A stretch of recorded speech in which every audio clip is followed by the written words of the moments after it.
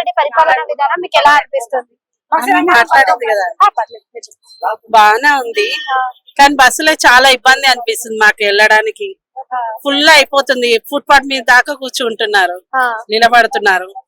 మళ్ళీ బస్సులు తక్కువ అయిపోయినాయి అనుకుంటే, ఇప్పుడు చాలా తక్కువైనాయి.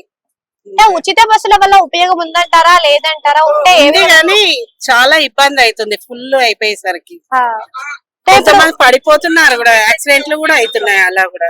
ఉచిత కరెంట్ వస్తుందా మీకు? అయితే ఉచిత కరెంట్ కూడా మీకు 200 యూనిట్ల వరకు వస్తుందా?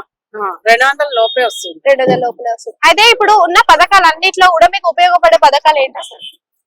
ఇప్పుడు కరెంటు ఫ్రీగానే వచ్చింది, బస్సు ఫ్రీగానే వచ్చింది. ఇంకేంటి గ్యాస్ చెప్తా అన్నారు, అది ఇంకేం అవ్వలేదు. ఇల్లు కూడా ఉన్న వాళ్ళకే వచ్చినాయి, లేని వాళ్ళకి రాలేదు. ఓకే. అంటే కేసీఆర్ పరిపాలన 10 ఏళ్ళు చూసిండ్రు, ఇప్పుడు రేవంత్ రెడ్డి చూసిండ్రు కదా, ఆయన పరిపాలన మీకు తేడా ఏమైనా కనిపించింది అంటారా? తేడా కనిపిస్తుంది, ఎలా ఫ్రీ చేసిండు, అది తేడా ఉంది. అంటే ఈయన పరిపాలన నచ్చిందా ఆయన పరిపాలన నచ్చిందా అంటే ఏం చెప్తారు? ఇద్దరిది బాగానే ఉంది అంతే.